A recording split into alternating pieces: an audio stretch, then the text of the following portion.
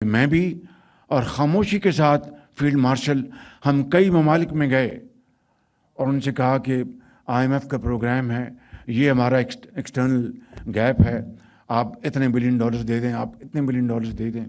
میں ان ممالک کا، ان دوست ممالک کا بے حد شکر گزار ہوں کہ جنہوں نے ہماری پذیرائی کی۔ مائنڈ نہ کیجیے گا کہ ہم ایک like we are sitting like a family here, اور ہمیں بالکل ایک صاف بات ہمیں ایک دوسرے کے ساتھ کرنی چاہیے۔ اس وقت صورتحال یہ ہے کہ تیسرا اشاریہ میں آپ کو یہ بتانا چاہتا ہوں کہ ہمارے جو ریزروز ہیں فارن ایکسچینج کے، وہ اس وقت سے اگر آپ اس کا مقابلہ کریں تو آلموسٹ ڈبل ہو چکے ہیں الحمدللہ، لیکن اس میں دوست ممالک کے قرضے شامل ہیں۔ اور میں آپ کو کس طرح یہ بات بتاؤں کہ کس طریقے سے ہم نے ان دوست ممالک کو جا کر قرضے لینے کے لیے ان کے درخواستیں دیں، اور ان دوست ممالک نے ہمیں مایوس نہیں کیا۔ لیکن آپ جانتے ہیں کہ جو قرض لینے جاتا ہے اس کا سر جھکا ہوا ہوتا ہے، اور پھر اس کے بعد جو آبلیگیشنز آتی ہیں وہ آپ کو اس کا اچھی طرح علم ہے۔ میں یہاں پر بغیر کسی لگی لپٹی کے آپ کو بتانا چاہتا ہوں کہ میں بھی اور خاموشی کے ساتھ فیلڈ مارشل ہم کئی ممالک میں گئے اور ان سے کہا کہ IMF کا پروگرام ہے، یہ ہمارا ایکسٹرنل گیپ ہے، آپ اتنے بلین ڈالرز دے دیں، آپ اتنے بلین ڈالرز دے دیں۔ میں ان ممالک کا، ان دوست ممالک کا بے حد شکر گزار ہوں کہ جنہوں نے ہماری پذیرائی کی۔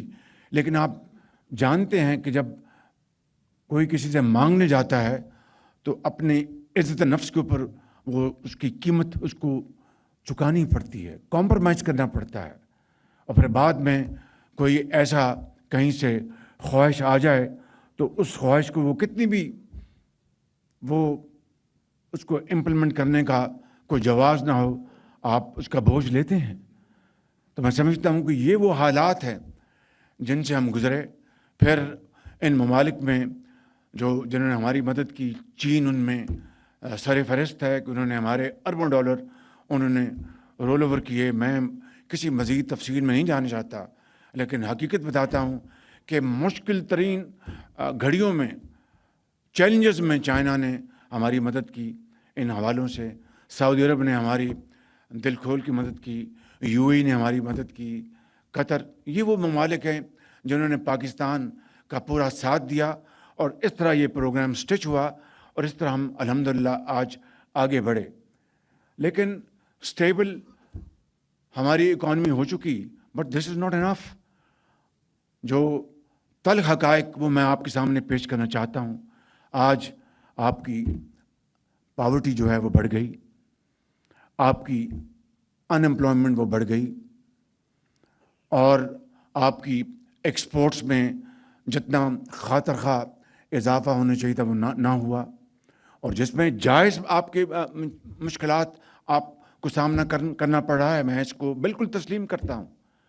آپ کو کمپیٹ کرنا پڑ رہا ہے ان ممالک کے ساتھ جن کی جو مصنوعات ہیں وہ آپ سے سستی ہیں، اس لیے کہ بجلی مہنگی ہے، اس لیے کہ آج بھی باوجود اس کے کہ پالیسی ریٹ 21.5 سے 10.5 پہ آ گیا، لیکن اس میں مزید کمی نہیں ہوگی تو آپ کو اپنی جو کمپٹیشن میں آپ پوری طرح اپنی تمام صلاحیتوں کو بروئے کار نہیں لا سکتے۔ اسی طریقے سے آپ کی جو انوویشن جو ہے، آپ کی BMR، آپ کی جو پروڈکٹیوٹی، اس میں آپ کو انویسٹمنٹ کرنا ہے تو آپ کے پاس سپیس ہوگی، فزیکل سپیس ہوگی، فائنینشیل ریسورسز ہوں گے تو آپ انویسٹمنٹ کریں گے، وغیرہ کہاں سے انویسٹمنٹ کریں گے؟ کمائیں گے تو انویسٹمنٹ کریں گے۔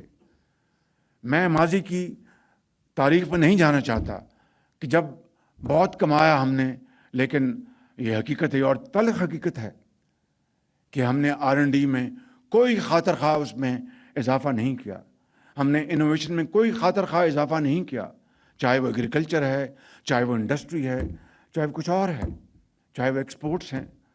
بہرحال یہ آج کا موضوع ہے، لیکن اس کو کسی اور وقت کے اوپر ہم انشاءاللہ اس کو ہم زیر بحث لائیں گے، کیونکہ میں تقریباً ہر روز اپنے آنریبل جو بزنس کمیونٹی پاکستان کی، وہ کسی نہ کسی حوالے سے میں ان سے ملتا ہوں، ان سے میٹنگ ہوتی ہیں. ابھی اکتوبر میں میں نے آپ کے ساتھ 3 گھنٹے لگائے اور اس کے بعد میں نے 9 سب کمیٹیز بنائیں جن کو تواتر کے ساتھ میں ان مہینوں میں ریگولرلی ملتا رہا.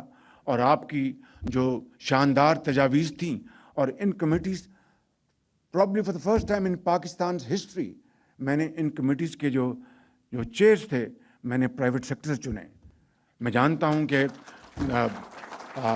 افسر شاہی اور میرے جو سیاسی کولیگز ہیں وہ دل میں ان کو پسند نہیں آیا ہوگا کہ یہ وزیر اعظم نے کیا پرائیویٹ سیکٹر سے ہمارے اوپر بٹھا دیا ہے. لیکن میں سمجھتا ہوں کہ جس کا کام اس کو ساجے. آپ گورنمنٹ جو ہیں وہ بزنس نہیں کرتی، دنیا میں کہیں نہیں کرتی. جہاں کرتی ہیں تو وہ تباہی کا موجب بنتی ہیں. بزنس پرائیویٹ سیکٹر نے کرنا ہے. تو اگر آپ نے بزنس کو چلانا ہے، آپ نے کمانا ہے، آپ نے ڈالرز لے کے آنے ہیں، آپ نے امپلائمنٹ آگے بڑھانی ہے، آپ نے غربت میں کمی کرنی ہے، آپ نے تنخواہیں دینی ہیں، تو یہ کس طرح ہو سکتا ہے کہ آپ کو کسی اور جگہ سے ڈکٹیٹ کیا جائے اور آپ اس کے بندے بن جائیں؟ ممکن نہیں ہے بالکل. تو اس لیے میں نے آپ کو چیئرمین بنایا ان کمیٹیز کا. یقیناً بعض کمیٹیز نے ان کی پرسنل ان کا ایجنڈا بھی ہوگا، لیکن بہت کم.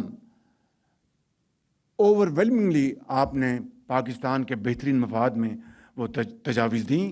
اور ان میں سے بعض، رانا صاحب ذرا توجہ دیجیے گا مہربانی کر کے، ان میں سے بعض تجاویز کے اوپر الحمدللہ عمل ہو چکا. اور آپ جانتے ہیں کہ کن کن تجاویز کے اوپر فیصلے ہو چکے، نوٹیفیکیشن نکل گئے الحمدللہ. باقی جو آپ کی تجاویز ہیں they are in the melting پاٹ. انشاءاللہ اس کے اوپر پوری کاوشوں کے ساتھ، کوشش کے ساتھ، آپ کی مشاورت کے ساتھ انشاءاللہ ان کے اوپر ہم عمل پیرا ہوں گے.